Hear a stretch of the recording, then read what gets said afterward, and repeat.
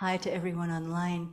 I want to remind you that, and you know this well, that Geshe Lunda is giving us these amazing teachings freely from his vast experience, his great scholarship for his whole life. He's just pouring out everything he knows in this context to be able to share this text with us that in English for Westerners is a very, very rare opportunity to study this text. I know you know that because you're following them online. So out of gratitude for that, everyone here at the Abbey and the Abbey itself will be making an offering for Geshe next week. And we invite you to join us in that collective offering. So you can make a check or go to our website and do this online, clearly marking it that this is an offering for Geshe's teachings.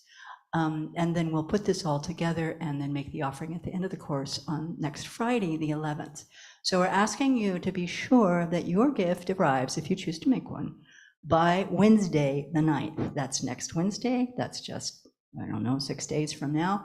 So if you were thinking about making an offering, please do so as soon as possible so that we can make sure that it all comes together. Once he's off in India, it's much harder to transmit this offering. So it's good to do it, and good imprints for us to be able to do it all together at the end of the teaching. Thank you very much. And if you also want to make an offering and support the Abbey for doing this, that's welcome always, of course. But everything is offered freely, and we're glad you're joining us. Thanks.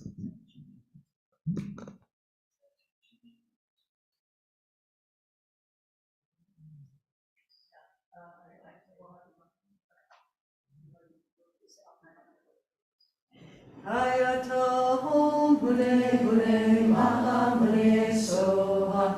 Ayata Om Mune Mune Maha Mune Soha. Ayata Om Mune Mune Maha Mune Soha.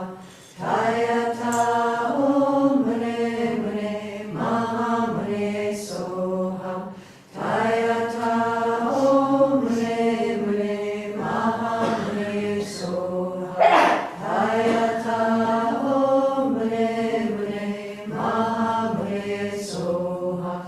Ayata Om Mune Mune Maha Mune Soha. Ayata Om Mune Mune Maha Mune Soha. Ayata Om Mune Mune Maha Mune Soha. Ayata Om Mune Mune Maha Mune Soha. Ayata Om Mune Mune Maha Mune Soha. Ayata Om Mune Mune Maha Mune Soha. Ayata Om Mune Mune Maha Mune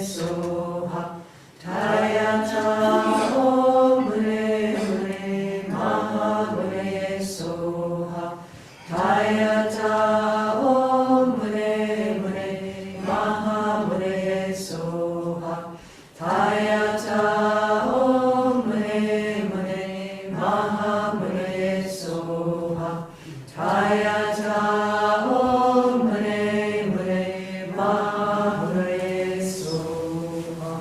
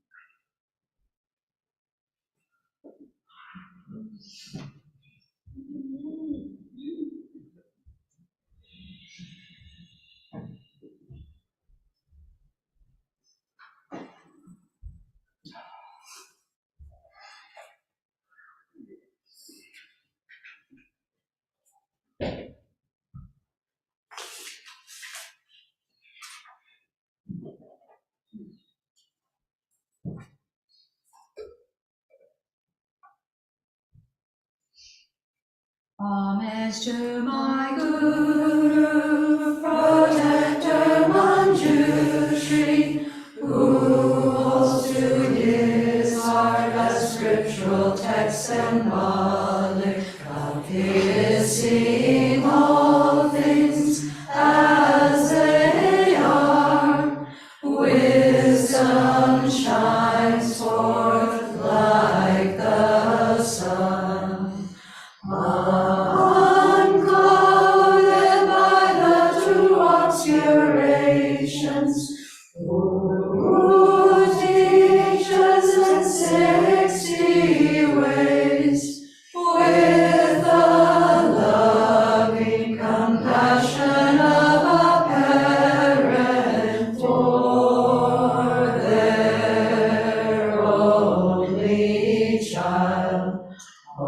Wanderers caught in the prison of samsara, confused in the darkness of their ignorance, overwhelmed by suffering, use dragon thunder like proclamation of Dharma rouses us from the stupor of our afflictions and frees us from the iron chains of our karma, who wields a sword of wisdom, hewing down suffering when its sprouts appear, clearing the darkness of ignorance. Use princely body is adorned with 112 marks of a Buddha. You completed the stages, achieving the highest perfection of a bodhisattva who has been pure from the beginning. I bow down to you, O Manjushri.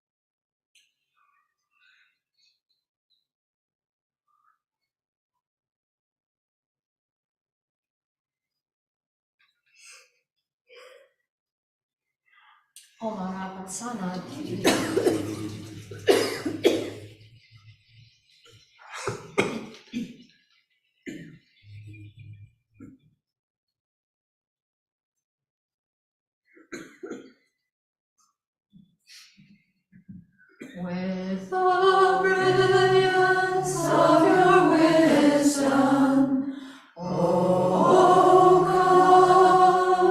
compassionate one, illuminate the darkness enclosing my mind, awaken my intelligence and wisdom, so that I may gain insight into Buddha's words and the texts that explain them. Is crowned anointed with perfume, flowers strewn Mount Meru, foreland sun and moon, in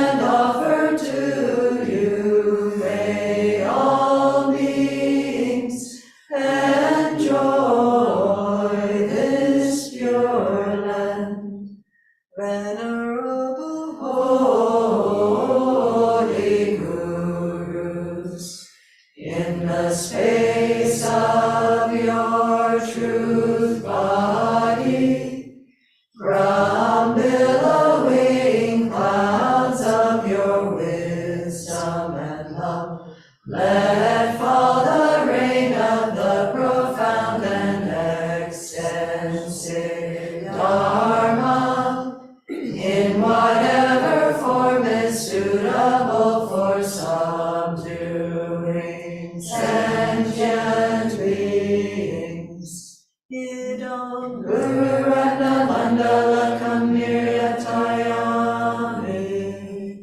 I take refuge until I have awakened in the Buddha, the Dharma, and the Sangha.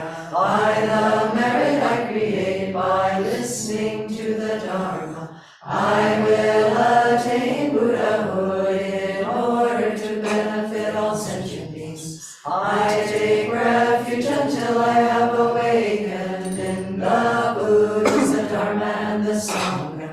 By the merit I create by listening to the Dharma, I will attain Buddhahood in order to benefit all sentient beings. I take refuge until I have awakened in the Buddha, the Dharma, and the Sangha. By the merit I create by listening to the Dharma, I will attain Buddhahood in order to benefit all sentient beings.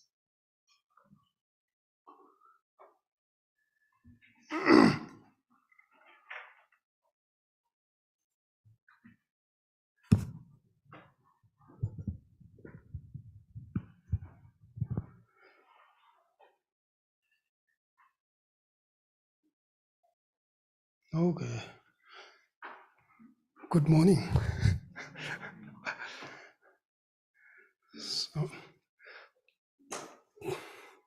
So today we are covering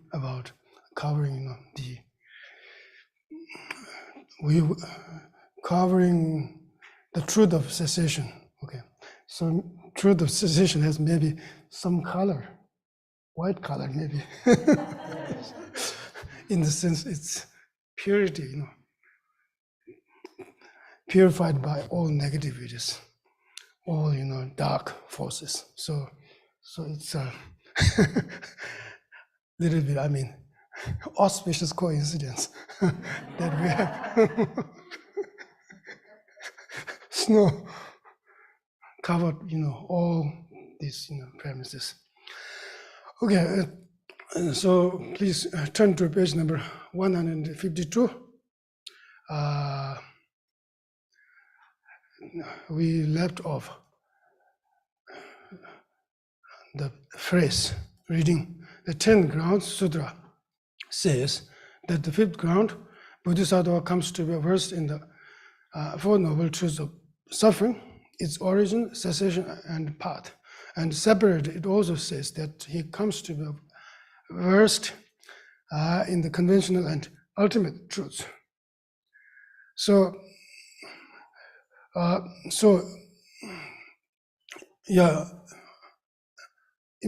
With respect to the saying of this,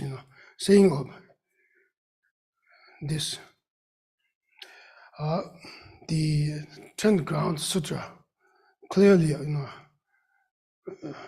states the Four Noble Truths differently from Two Noble Truths. Okay, so therefore, due to this, due to I think this indication of due to this indicating that, and due to indicating that the expertise, in two truths and expertise in Four Noble Truths are indicated separately. Okay, so therefore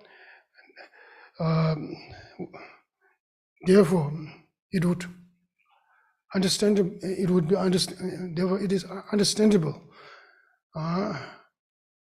that we might, one might generate some kind of, doubt. Okay, maybe there are some truths. Okay, such as Four Noble Truths that are not subsumed under the two truths, because Buddha Shakyamuni taught these two different versions of the truth separately. Okay, so in order to clear over this doubt and also the misunderstanding, Chandrakirti answered in his auto commentary, okay, saying that there's no truth not encompassed within the two truths. Okay, so this is his the answer. So all the four truths are all whatever any kind of phenomena that is termed as a certain kind of truth. Okay, all of these must be exhausted within the two truths. So and then the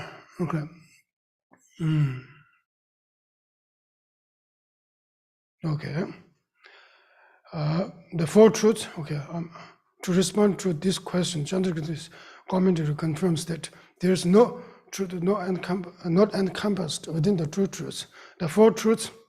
Okay, so why then, if all the truths, if all the phenomena that are indicated by the name of certain type of truths are subsumed under two truths, then why Buddha taught Four Noble Truths separately from Two Noble Truths? Okay, so there is certain purpose with regard to indicating, teaching on Four Noble Truths. There's distinct purpose for doing so. What is the purpose for Buddha to talk on Four Noble Truths instead of separately from Two Noble Truths? Is that in order to understand what to be adopted and what to be avoided for the persons of liberation, for the persons who are interested in or who are genuinely pursuing liberation, pursuing the liberation from psychological existence. So for such persons, okay, the Four Noble Truths suffice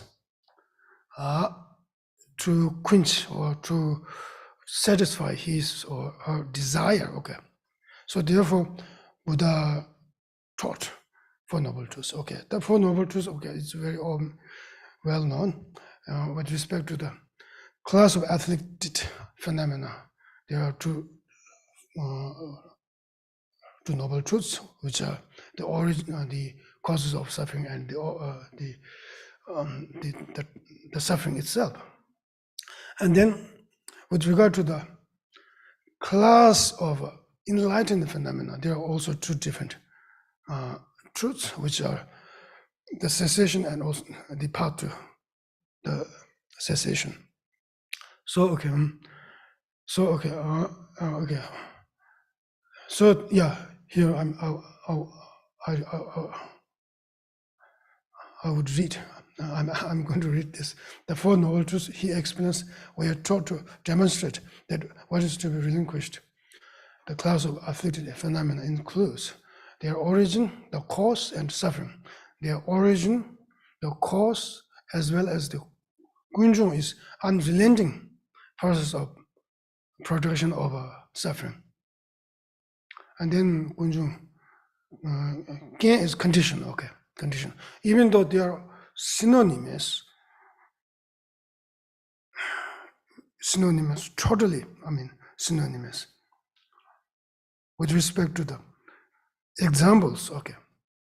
But from the perspective of the isolate of these four aspects, each one of those aspects has their certain meaning, okay, that are very, very essential and very important for us, for us to keep in our mind, because they are very useful, effectively useful for us when we meditate upon the causes of suffering. These, each one of these are very, very effective for the practitioner when you utilize them in your meditation. And then, in his commentary to 60 stanzas of reasoning to Chandrakirti explains Nirvana to be the ultimate truth, and the other three truths. Finally, this is the final point. In his commentary to 60 stanzas of reasoning to Chandrakirti explains Nirvana to be the ultimate truth. Ultimate truth. Dandam Demba. Dandam Demba is Dandam Demba, ultimate truth. I think ultimate, it's ultimate is, in English they translate here ultimate truth. I think most of people would translate this like ultimate, but we will see if this is it fits 100% right or no 100%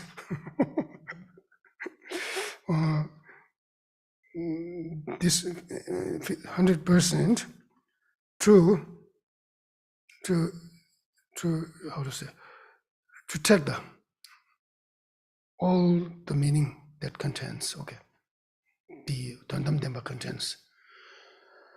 So the other three truths out of the four as conventional truths, and this is uniquely, this is since this is distinctly mentioned in commentary to 60 stanzas of reasoning by Chandrakirti. This is in common viewpoint that is not shared by other tenet systems. So this is the most clear. You read anywhere in the commentaries by Indian masters. The ultimate truth. For the time, the ultimate truth. The nirvana.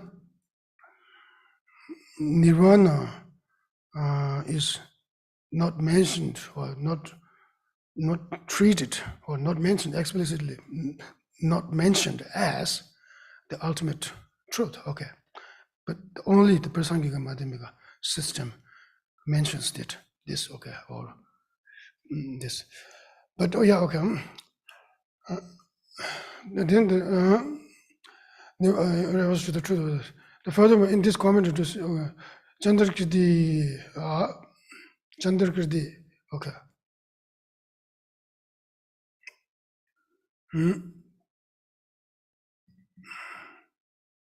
Chandrakirti points out, how the Buddha accepts the possibility of direct knowledge of the truth of cessation, and how this would be untenable for the Buddhist essentialist, who assert direct valid cognitions to possess as their objects endowed with intrinsic characteristics. So this is little bit, possibility is not needed here. It just rather is saying there. I think. Let me read this Tibetan. Then I will come to English later. Ripo tujuwe ripo kodeng osu shio tembe shegi sheba tansi.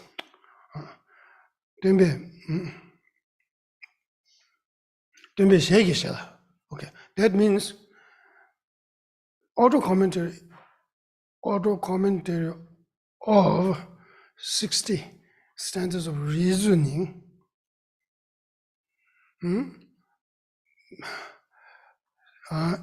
says, I think, or indicates that Buddha Shakyamuni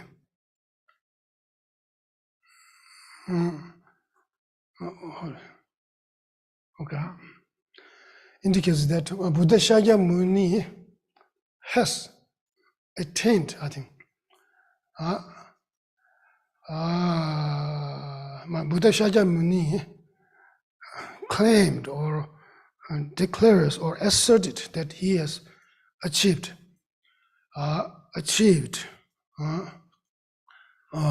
the direct realization of the cessation of suffering. Okay, that is the meaning. Means that in the commentary, in the commentary of the 60 stanzas of reasoning, Chandrakirti says that Buddha Shakyamuni has asserted that he has achieved direct realization of the cessation of all sufferings. Okay, that is the real meaning, not possibility. There's no possibility. There's no. We should not say anything. Yeah. Yeah. Okay. So therefore, because since given that, therefore fearless. Okay, fearless wisdoms. Okay, there are minjikwashi in 4 fearless wisdoms. Okay, Buddha possesses 4 fearless wisdoms. Okay, of them, one is the fearless in the sense, having confidence in asserting his having attained the cessation of all latency of afflictions and the afflictions themselves, and also the ultimate realizations. Okay, in terms of asserting, fearless in asserting that he's having achieved the ultimate realizations. Okay, of the true truths. And also, Ninjung Damjeva is affliction emotions are the obstacles to achieve Buddhahood as well as definite goodness. And also the Paja and Ninjung is that path, that wisdom realizing 4 noble truths, 16 attributes, and emptiness of inherent existence are path leading to nirvana. Okay, and also the nirvana is also definite goodness. Also, these sort of things. Okay, these sort of phenomena. Okay, in order to the fearless. Okay, fearless wisdom in the sense declaring. Okay, anywhere with any situation in any situation or with in encountering with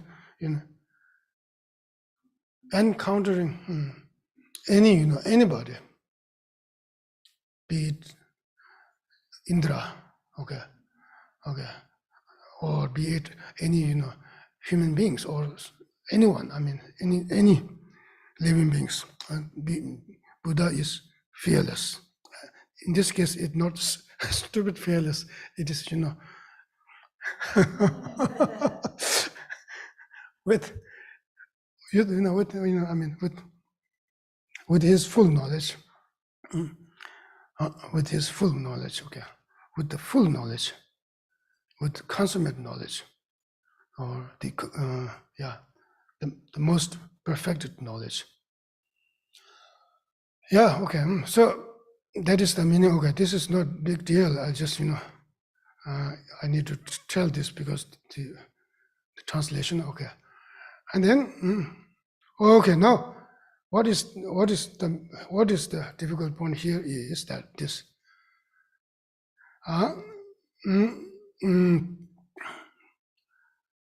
this would be untenable for the Buddhist essentialists. Okay, who assert direct valid cognition to possess as their object things endowed with intrinsic characteristics. Okay, that means in this case, Buddhist essentialist refers to Dodeba, Sautrantika. Okay, Sautrantika, Dodeba in Tibetan. Okay, they assert that all the direct perceptions has to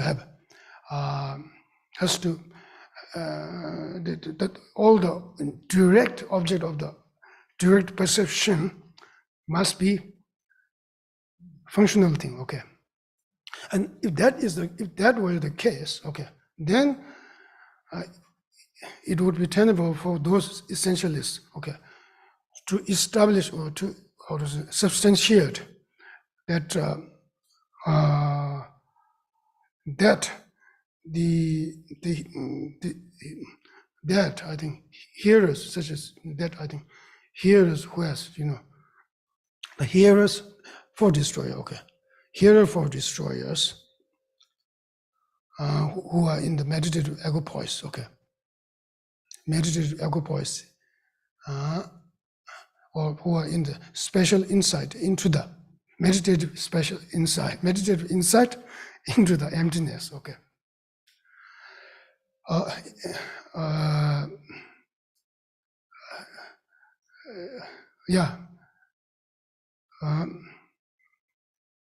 They cannot assert, I think, the attainment of the or actualization of the nirvana. Okay, so in Hinayana Sutra, Buddha, when there's 4 verses, I think the summary I should Dorden. What is the Dorden?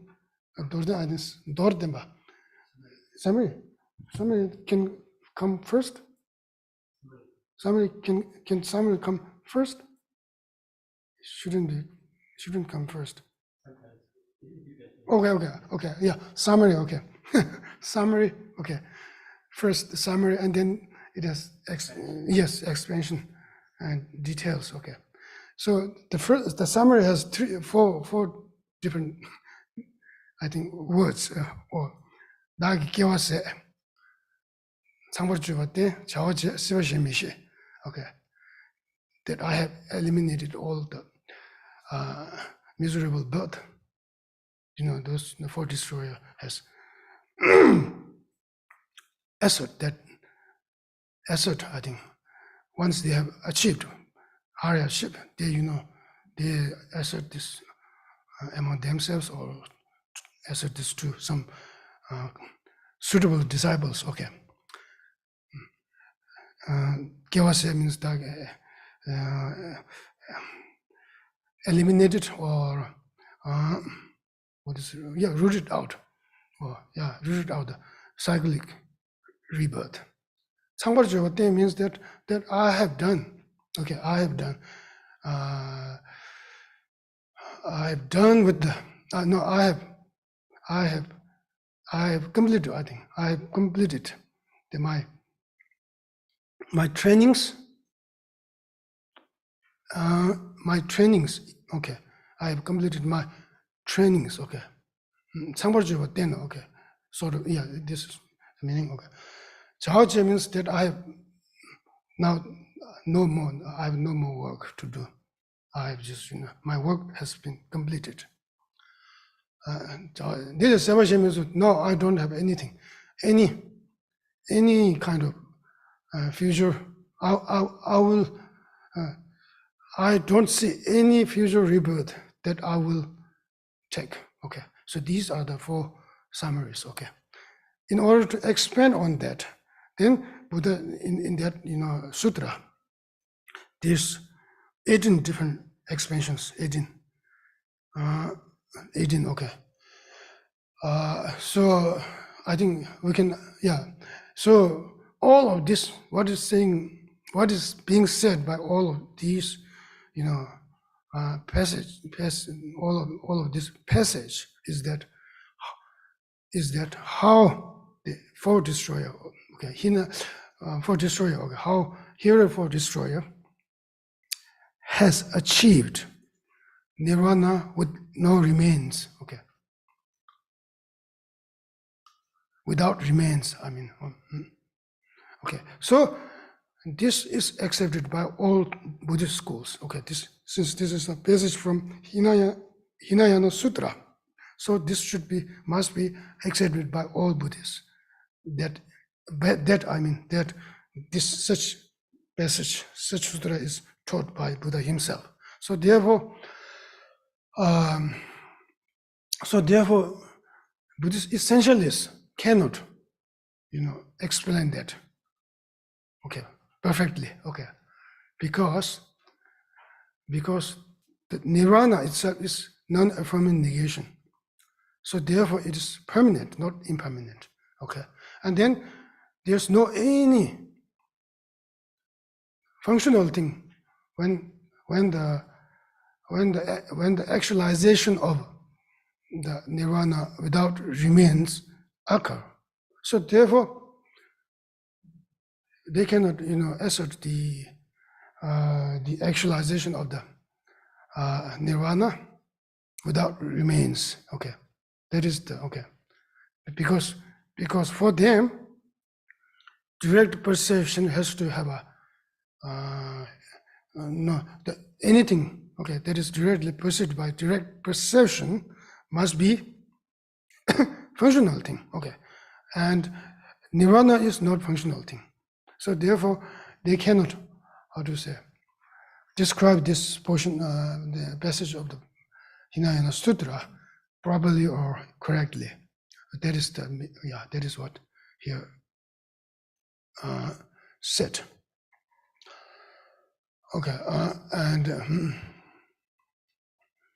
Now, and then Chandrakirti establishes the understanding of how cessation is directly known in terms of the realization of suchness by the uncontaminated gnosis of meditative equipoise. So if, so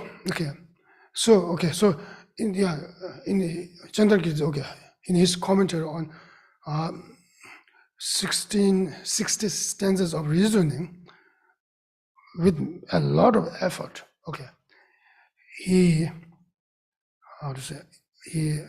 substantiates, he has substantiated, I think, he substantiates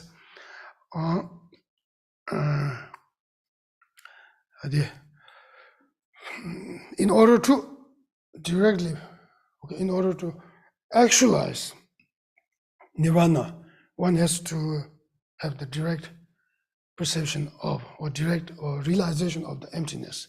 So it is through directly, it is only through the direct realization of the emptiness by which I think one can actualize the nirvana, or the cessation of all sufferings, or the cessation of afflicted emotions. So that, so that is the, so here, it makes very clear that in Prasangika Madhyamika school system, nirvana is assigned as an ultimate truth.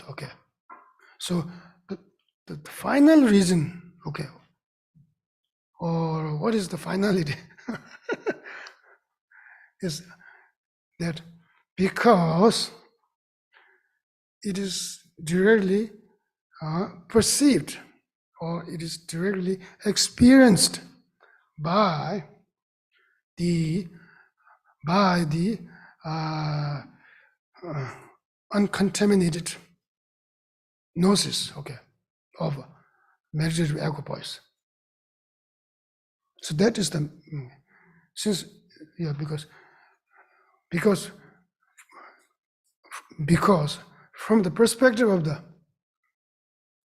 uncontaminated gnosis of meditative equipoise, there's no any conventional reality or conventional truth. So therefore, the cessation of all sufferings, or the cessation of afflicted emotions, or whatever the cessation is, if that is realized, or experienced, or directly actualized by a certain kind of uncontaminated gnosis of meditative equipoise, then that's such, the cessation must be truth of, ultimate truth, I think, must be an ultimate truth. So that is, I think, the bottom line for the Prasangika Madhyamikas in establishing or in asserting or in substantiating the cessation of all suffering as an ultimate truth. Okay. Then we have more arguments later on. Therefore, okay. Furthermore, Chandrakirti repeatedly, okay. So, okay, I will read this. In his own tradition, Chandrakirti establishes the understanding of how cessation is really known in terms of the realization of suchness by the uncontaminated gnosis of meditative equipoise. So if cessation were conventional truth, such presentations would become utterly untenable. Okay, that is very obvious. Does not need any further interpretation, I think. Furthermore, Chandrakirti repeatedly endeavors to establish the necessity of a direct realization of the truth of suchness when nirvana is actualized. Okay. Therefore, to speak of the truth of cessation as a conventional truth would indicate an incomplete analysis. Okay. Now, Tsongkhapa's on analysis here. Now, although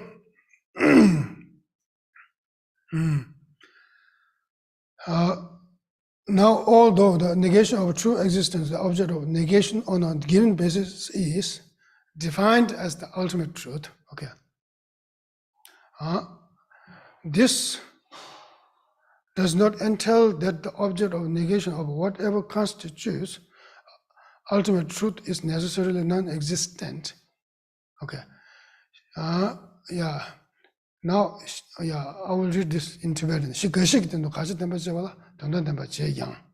That means, now, although the negation of true existence, the object of negation on a given basis is defined as the ultimate truth.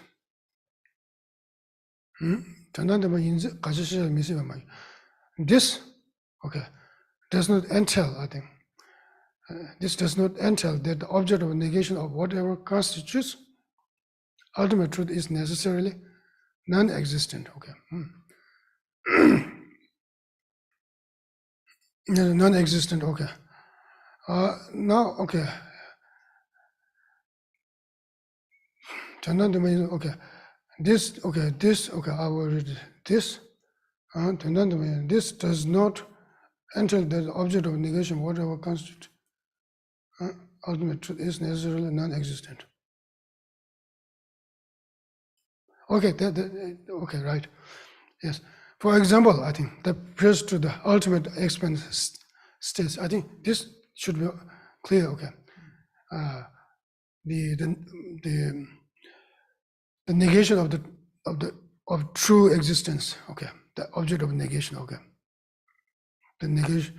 Now, although the negation of true existence, the object of the true existence is here, the object of negation. Okay. On a basis, if the truly existent phenomena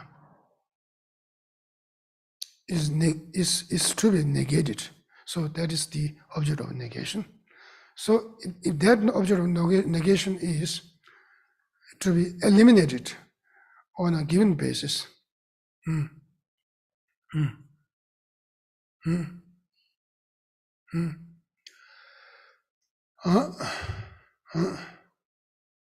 yeah,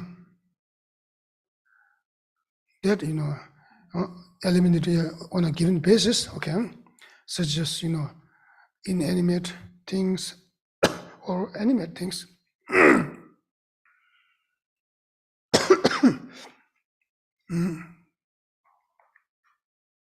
Okay. Okay.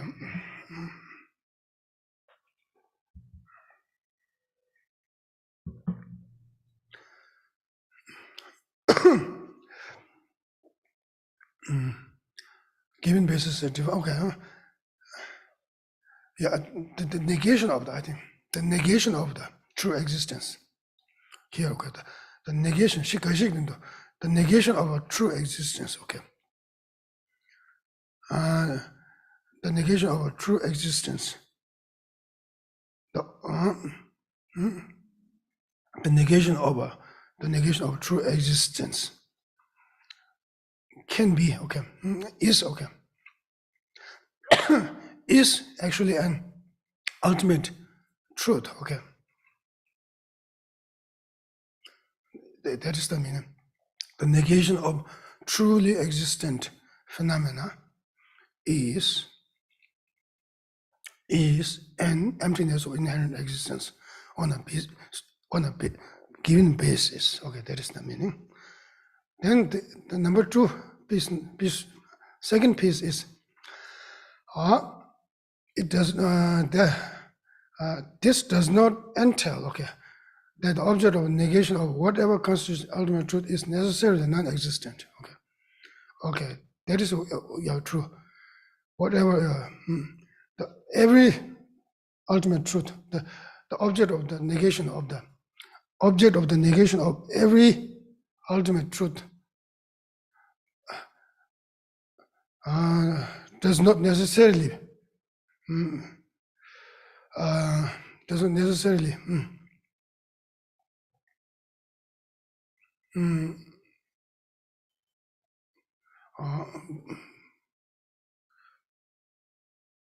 have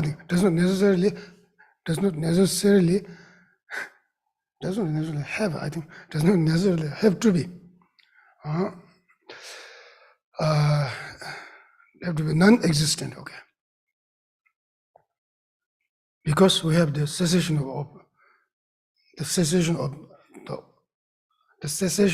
afflictions. Is an ultimate truth, but the object that is negated by the cessation of suffering or afflictions is existent. So therefore, the ultimate nature, the ultimate truth does not entail that the object of negation of whatever negation of it, it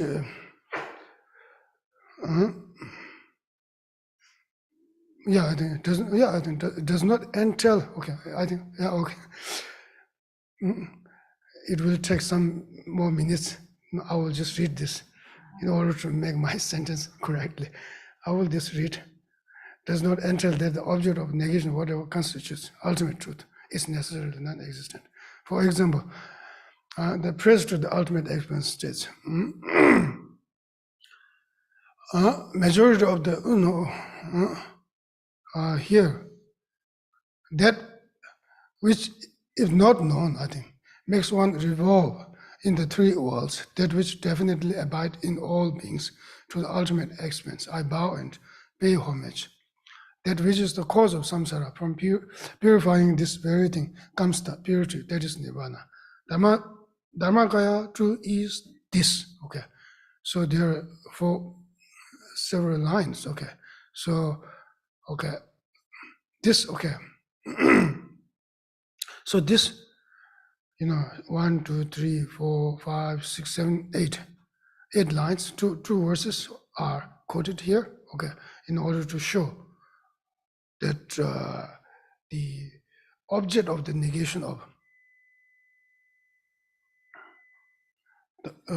in order to show some examples of the ultimate truth, whose object of negation is existent. So here,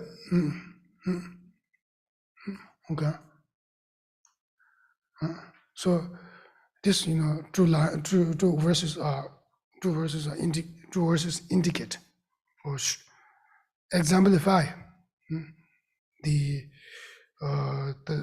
truth of ultimate truth, whose object of negation is existent. So I will read the commentary of the Tsongkhapa. This states that when the ultimate nature of things tainted with stains is purified, that constitutes nirvana and dharmakaya.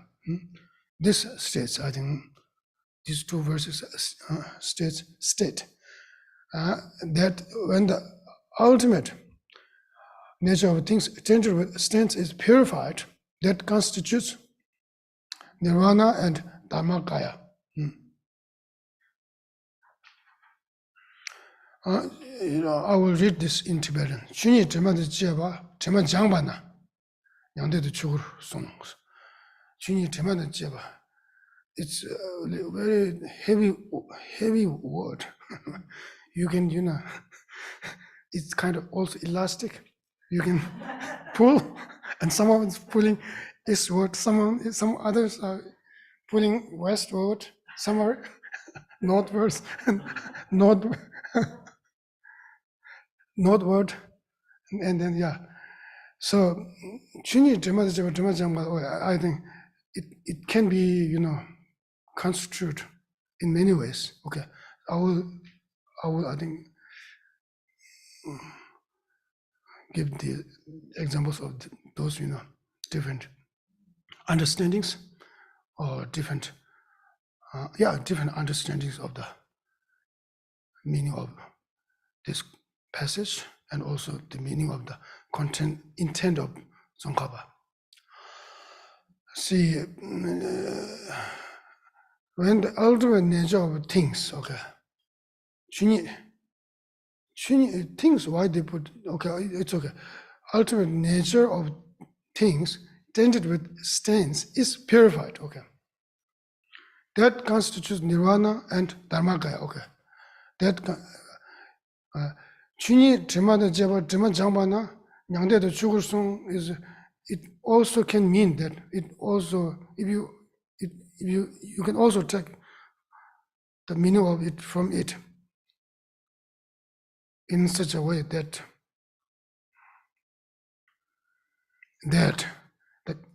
the ultimate nature of reality itself will become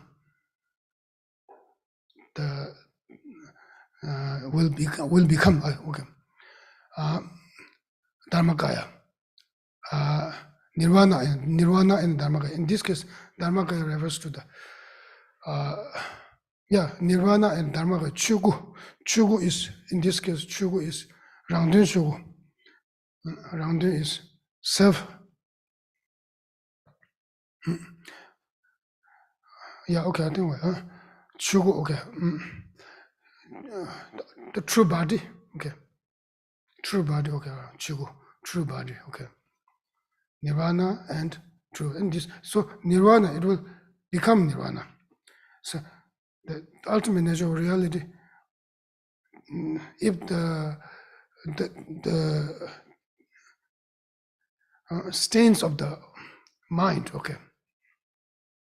are purified, if the stains of the mind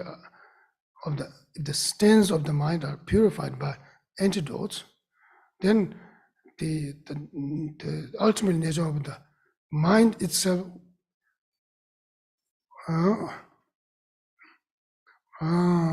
becomes the nirvana. That is the one version of the understanding. Then other one is that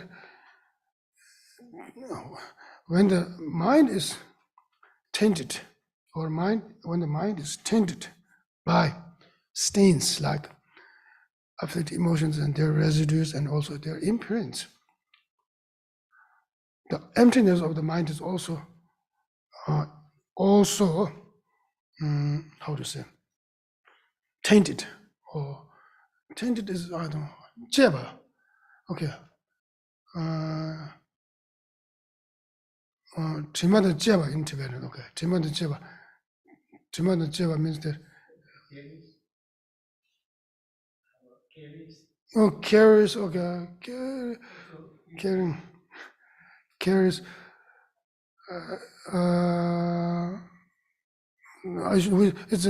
we should find a technical term for this. Jeva is a little tricky. Together is, these are together. Not that in that sense. Jeva, it has, or yeah, whichever. Associate with, yeah, that is good, but associate. Yes, associate, yes. Okay. Associated with, okay. When the mind is tainted with, negative emotions and their residues and imprints, then the emptiness of the mind itself is also associated that defilements, okay, associated with those defilements, okay, whatever the mind created miserable, the causes of miserable experience, okay, the emptiness of the mind itself is associated with that negativities. So therefore, once mind is purified by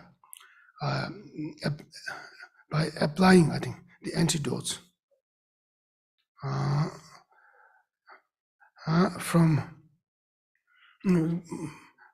okay, impurities like afflicted emotions and so forth, then at that very moment, the emptiness of mind also become purified. Okay. Once the mind is tainted, the emptiness of the mind is also associated with that stains. So therefore, in another version I'm saying is that when you purify the emptiness of mind, okay, from the defilements, okay, at a certain level, you will be able to purify, okay, all the defilement, and then at that point, I think the cessation of afflicted emotions is achieved, and that is the nirvana, rather than the emptiness rather than pointing out to the emptiness itself. Okay. So these two versions, I think it's quite important, and also quite important in order to expand, our own knowledge about, I think, this,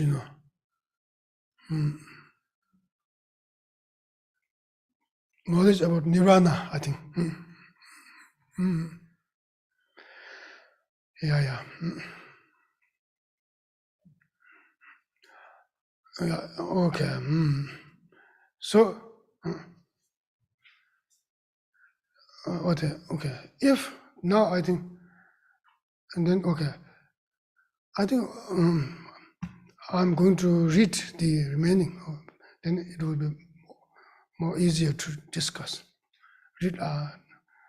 This states that when the ultimate nature of things tainted with states purified, that constitutes nirvana and dharmakaya. Similarly, there are numerous instances where the object of negation in the context of pristine ultimate reality is described as a stain. Okay. Similarly, there are numerous instances where the objects of negation in the context of pristine ultimate reality is described as a stain. Okay. Okay. Now, this is see.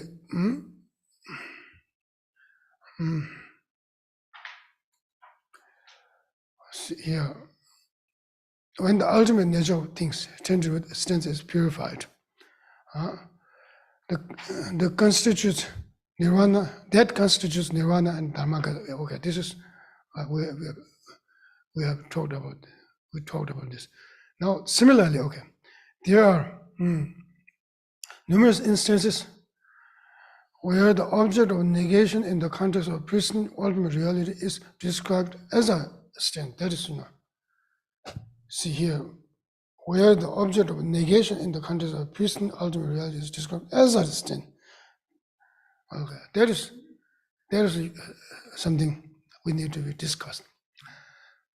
Where the object of negation in the context of pristine ultimate reality is described as a stain in English.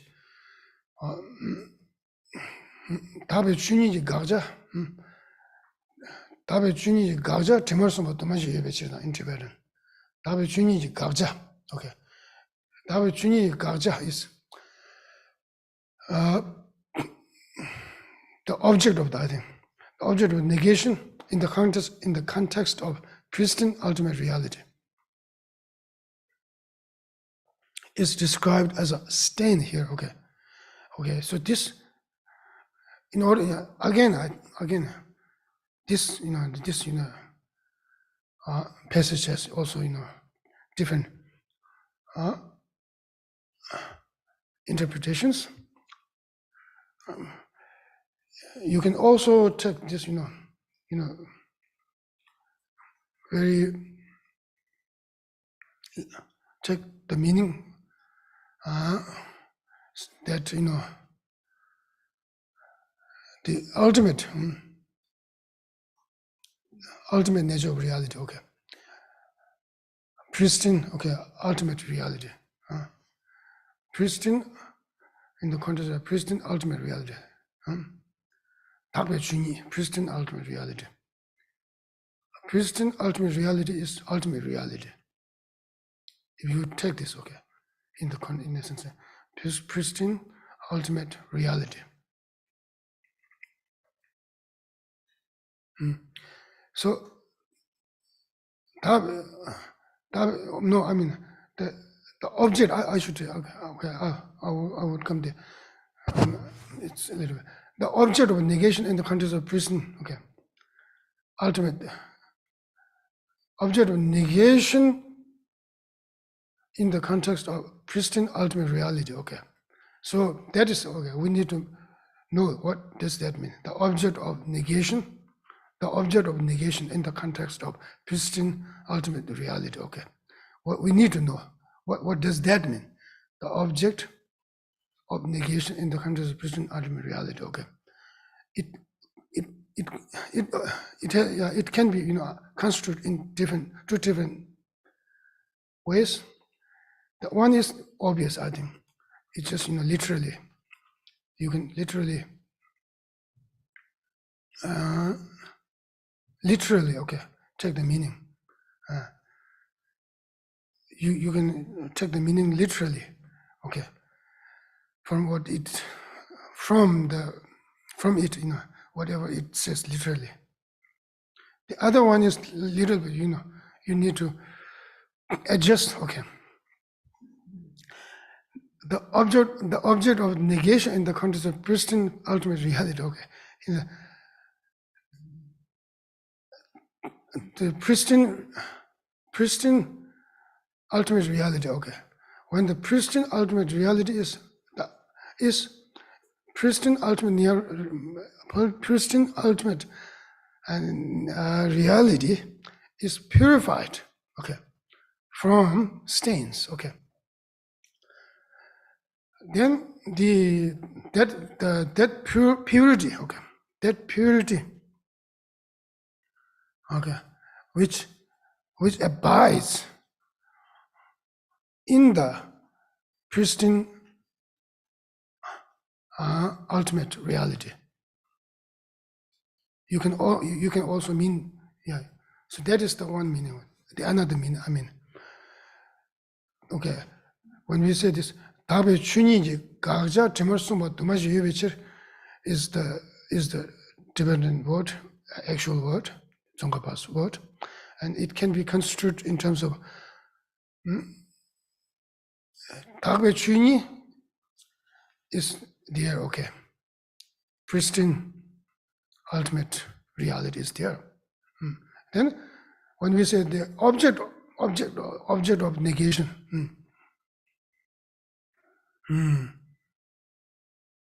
yeah, okay. The object of negation, okay. When we say the object of negation, what sense? In what sense? When we talk about that, when we talk that the object of negation in the context of pristine ultimate reality, the object of negation in this case should be understood. The object of the negation of the purity from afflicted emotions and their residue, their imprints. rather than the object of the negation of emptiness itself. Okay, if you point out to the emptiness, then the object of negation would not be existent, because it is the emptiness. Whatever it is, whatever the object of negation of the emptiness must not be, existent.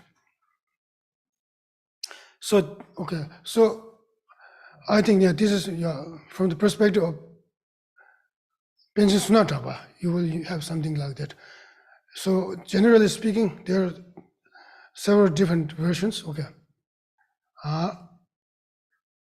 Okay. Versions, I think. Among the writers of the monastic texts, three great monastic texts. Okay. Jebung, Sera, and Gandhi. Okay. And there's some different, interpretations. All of them are, correct, I would say. But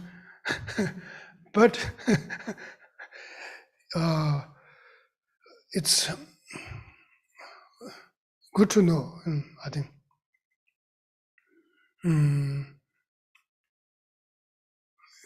It's, I think, very, very, very beneficial. Yeah, very beneficial to know the distinctions made by all those, different adepts.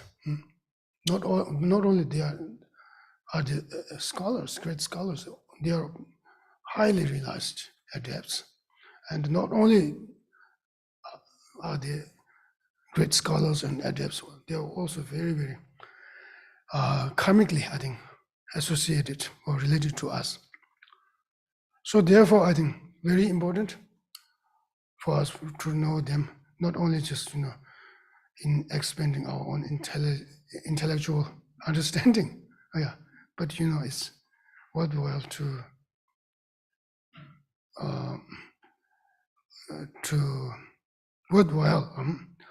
in the context of develop our own practical pursuit in the Dharma. Yeah, so okay, so you will appreciate eventually. I think we will appreciate all of these different understandings, and then so, and then among the three, I'm saying among the three great monastic text writers, there are different descriptions with regard to the nirvana, with regard to the nirvana. So some among them, some posit that there's no, or what do you call, the purity of the true body, purity of the true body, purity of the true body, I think true body of purity from adventitious stains. The only the true body Buddha possesses is the purity from natural stains. That is one version. That is quite, how to say, Hindi. You don't need to get entangled in this complex debate. I don't answer this. That is Ketu Ginjun Tempa Darge. And then there's some others. Oh no, there are different true bodies, yes. Okay, but all of them are emptiness. This is the second one, okay. Then there's only a third one, he has no any friend.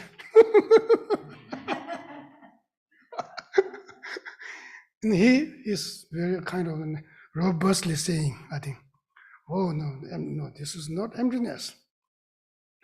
It is ultimate reality, but not the emptiness. Tandam Demba, sublime truth would be better. Sublime truth. It is sublime truth, but not ultimate nature of reality or the emptiness of inherent existence. Okay, because he utilized many reasonings, to substantiate his position, this distinct position. Okay, so for instance,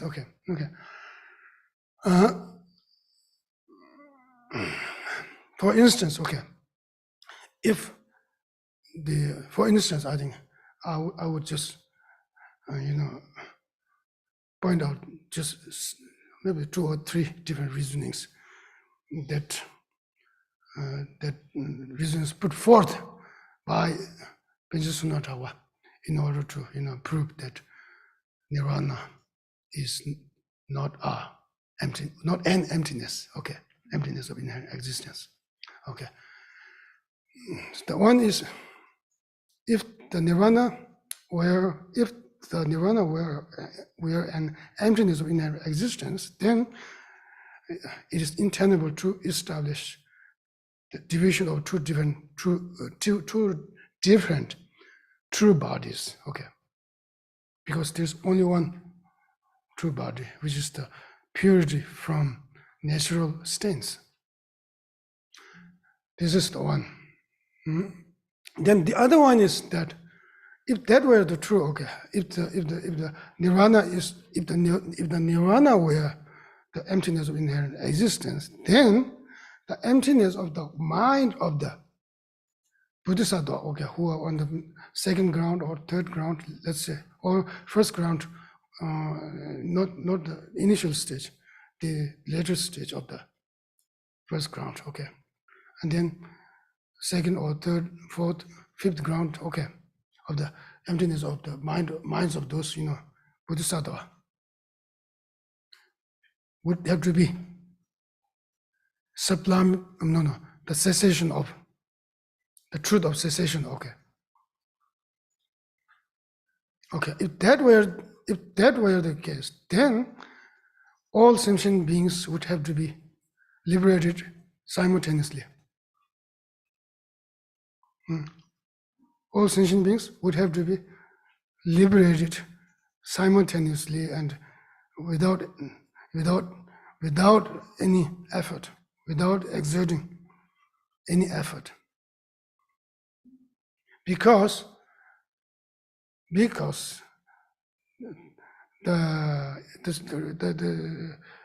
the premises is very clear. See here, the emptiness of inherent existence of minds of second Bodhisattva, second ground Bodhisattva and onwards.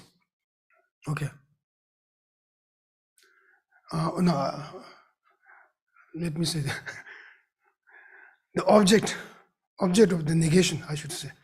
The object of the negation of the emptiness of minds in the second ground Bodhisattva and onwards are simply non-existent. They never arise. They never exist. They never exist. They never ever exist. So therefore, since the object of negation is never ever exist, then if that were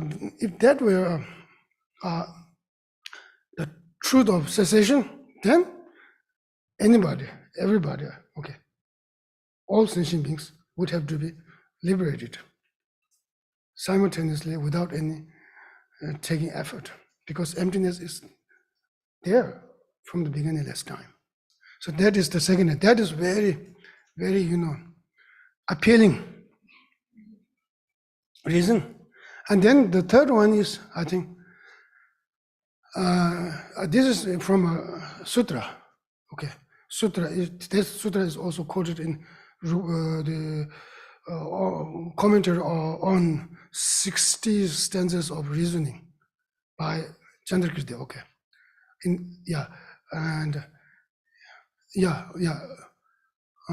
no, I should say here. Let me say this again. I made some mistake here. The third one, I repeat this. Third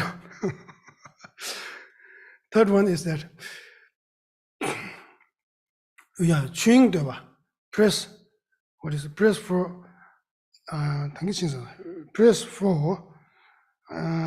ultimate expense. The phenomena expense of phenomena. Expense of phenomena. Press for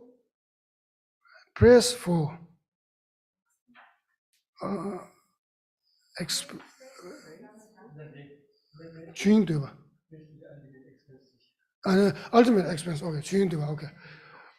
Ultimate, okay. Press to ultimate expense. Okay. So, okay. In Nagarjuna's, okay. Press to ultimate expense. Okay. I think, okay. It is not quoted here. Okay, but yeah. Whether I can translate the Chidar Sebe Davala Kiji Giavarton. Dijisa Ringi Power. Chidar Yamu Chongala Dawazo. Dijisa Chuju. Okay. This is the two verses from the press to ultimate expense. Okay, 2 verses. So from this, from this source, okay, Chandrakirti also accept that in perspective of the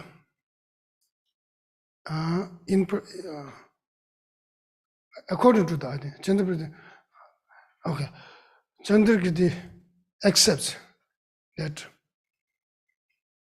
based on this, quotation, this passage, Chandrakirti also accepts that there's no any difference with regard to the mode of apprehending or mode of actualizing, mode of apprehending ultimate emptiness. Okay, emptiness of inherent existence, but there's variations.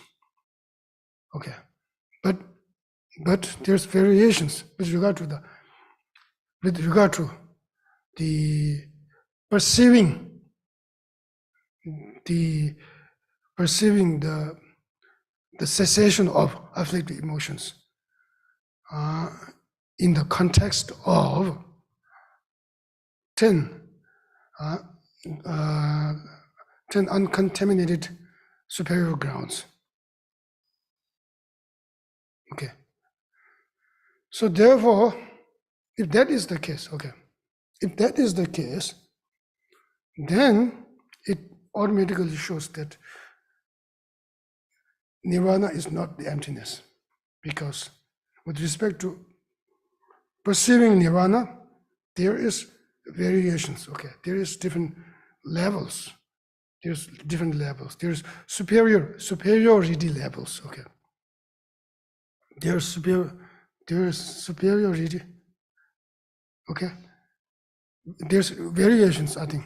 Okay, in on superiority level. Okay, see, like waxing moon. Okay,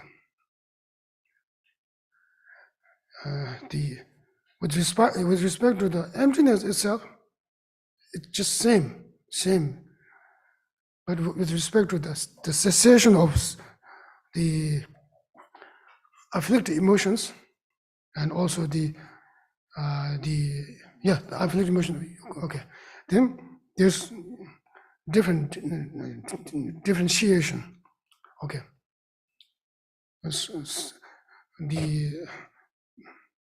the lower superior grounds, see less, and then upper and upper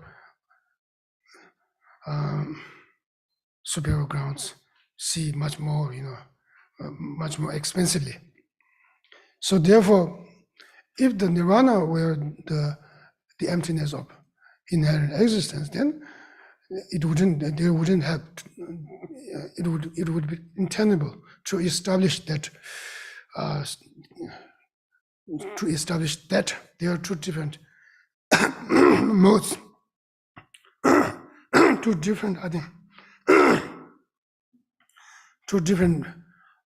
variations in terms of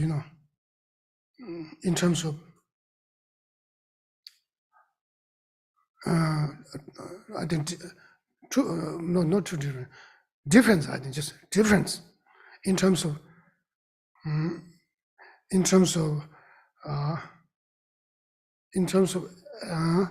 what is it? Realizing the emptiness of inherent existence, and in terms of realizing the cessation of afflictive emotions. So I think that there are many more, but I think three are we just we can work on these three. Okay. And then okay.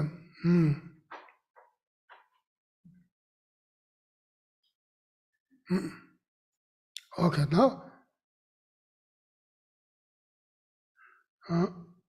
Okay, now I will read. This states that when the ultimate nature of things tainted with stains is purified, that constitutes nirvana and dharmakaya. Okay, this has two different connotations already. We have discussed this. Similarly, there are numerous instances where the object of negation and the conscious are present as a stain. Now, if it were impossible for the ultimate nature of things to become free of stains, endeavor would then be pointless. If on the other hand it is possible, then this implies that its object of negation does have an existence and is knowable. Okay, this is analogous to the following example, I think.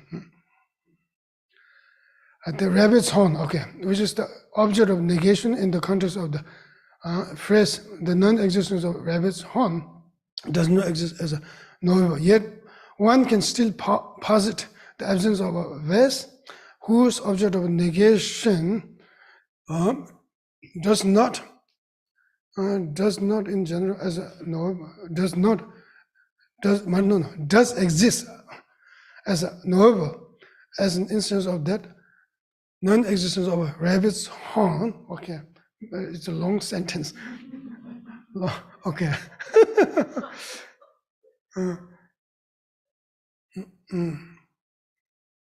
Yeah, in short, it is just saying, I think it also has two different meanings. Okay. Those who posit nirvana as a emptiness, they have their own version of description of this. Okay.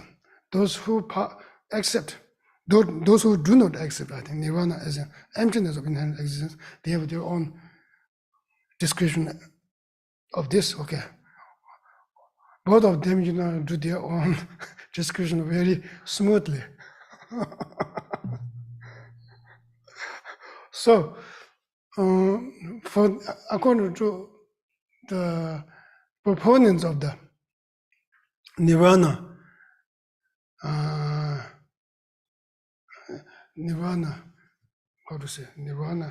proponents of the proponents of the nirvana as being an emptiness. Is that okay? Oh, okay. Being an emptiness. Okay. Being an emptiness. Okay. They would say, okay. Rabbit's horn. Okay. Revo Rame. Okay. Revo Rame. Okay. Revo Rame is non-existence of rabbit's horn. Okay. Non-existence of rabbit's horn. Okay. The object of the non-existence of rabbit's horn is non-existent. Is that true? The object of the non-existence of rabbit's horn is non-existent. Okay. But Pumi Bhumi is non-existence of part. Absence of a absence is okay. The absence of a vase. The absence of would be better here. The absence of a vase. Okay. The absence of a vase is the non-existence of rabbit's horn. Okay. Is Bhumi is the absence of a vase is the non-existence of rabbit's horn. Okay. Okay. So that is the analogy here. So when we use the analogy, okay, in so how to use this analogy in for the in the context of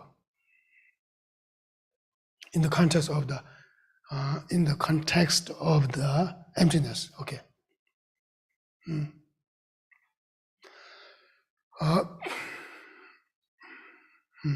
So they say for the proponents of the nirvana as an emptiness, they say nirvana is emptiness. Okay, because absence of vase is the non-existence of rabbit's horn. That is their understanding. Nirvana is emptiness because just as the absence of a vase is the non-existence of rabbit's horn. Okay.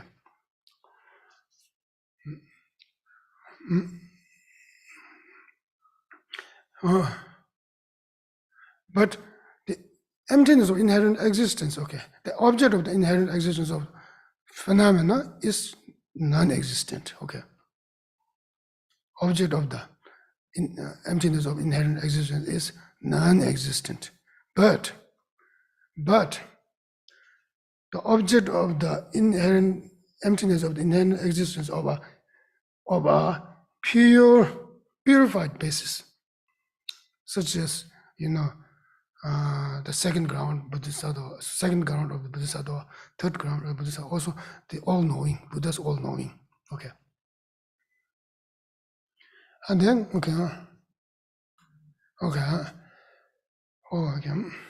so that is their version of understanding. Then now, how about the Panchasuna law? According to Panchasuna, how do you describe this? Okay, yeah.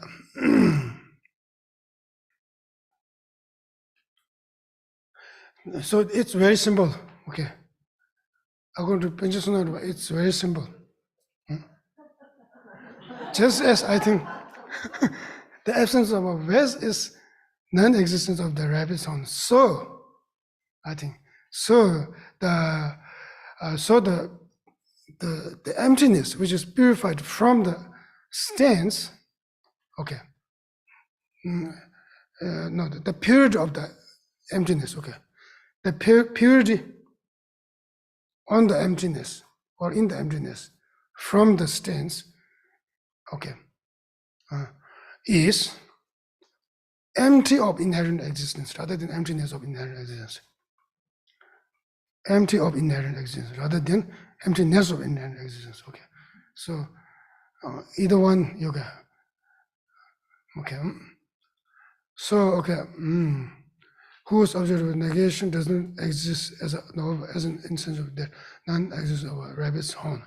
So from the point of view of the ultimate nature of things that pervades all phenomena, okay.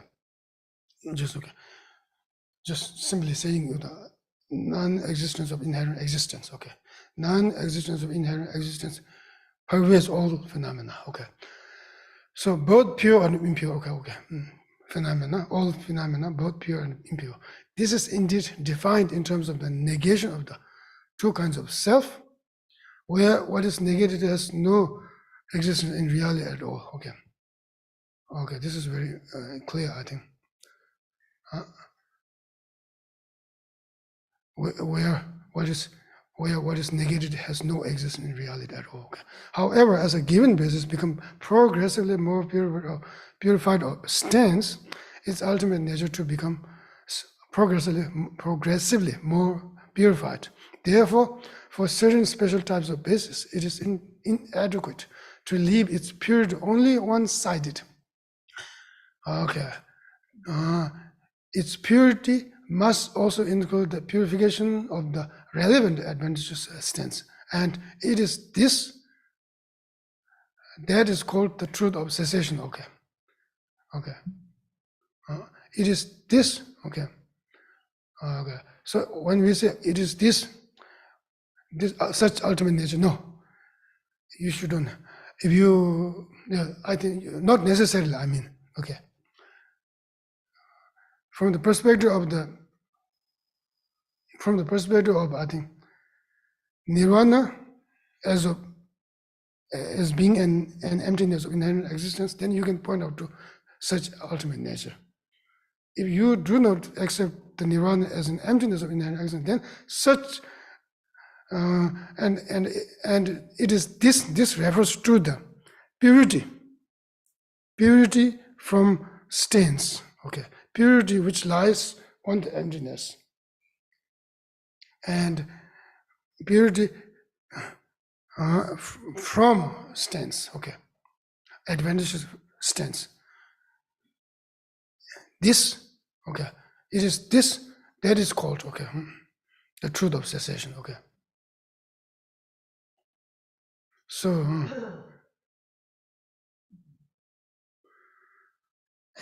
okay, so it is this, okay, this refer to Dini la kodensewa means Dini is de. It is Dini la kodensewa. We have Lubuji Tibe Tawari Kola. Dini la kodensewa. Dini means it can also linguistically it can be referred to emptiness as well as the purity, advantageous purity. So it's up to individuals. Okay, it can be understood in both ways. Then many terms mentioned in maybe we can stop here. I think we are it's time.